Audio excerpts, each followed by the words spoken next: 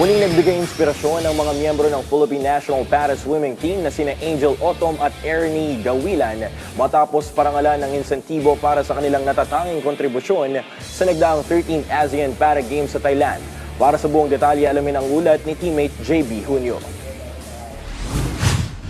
Dalawa sa mga bumandera ng tapang at determinasyon noong nakaraang ASEAN Para Games sa Thailand ay kabilang sa mga pinarangalan ng incentives kahapon. Sina Angel Otom at Ernie Gawilan na kapwa nagbigay ng malaking ambag sa matagumpay ng kampanya ng Pilipinas sa regional meet. Ayon kay Angel Otom, malaki ang naitulong ng kanilang pagganap sa ASEAN Para Games hindi lamang sa kanyang kumpiyansa bilang atleta, kundi pati sa kanyang paghanda para sa mga susunod pang internasyonal na kompetisyon. I feel really great and grateful then at the same time kasi sa run ko nung Para Games and para mas nag-boost yung init or love sa akin patuloy sa mga competitions ko pa for the next months and years.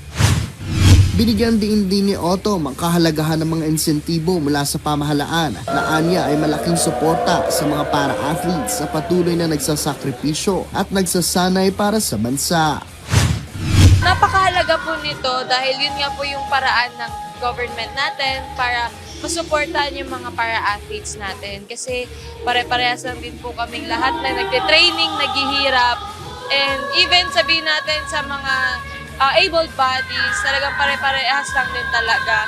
And I'm really proud din kasi napakadami na din po yung nag-medal ngayon and pang fourth tayo overall. So talagang malaki yung steps natin na mas nag-uumapaw yung lakas ng Pilipino ngayon and sa support na binigay nila ay na-appreciate po namin and we are grateful for it.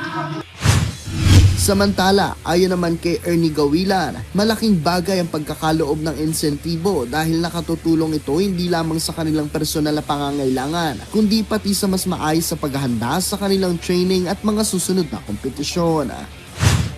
Malaking tulong to para sa mga katulad namin na para-athlete kasi unang-una dahil ngayon nagtaasan din yung mga bilihin.